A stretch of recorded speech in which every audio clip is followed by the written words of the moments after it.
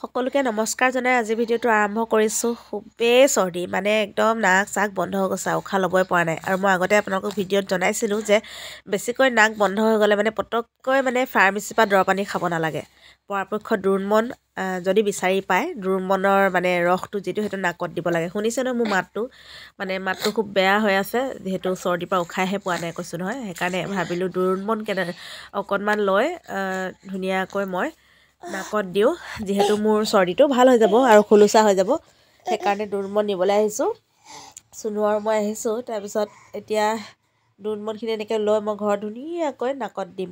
আপোনালোকে যদি চৰ্দি হয় এনেকুৱা কৰি চাবচোন।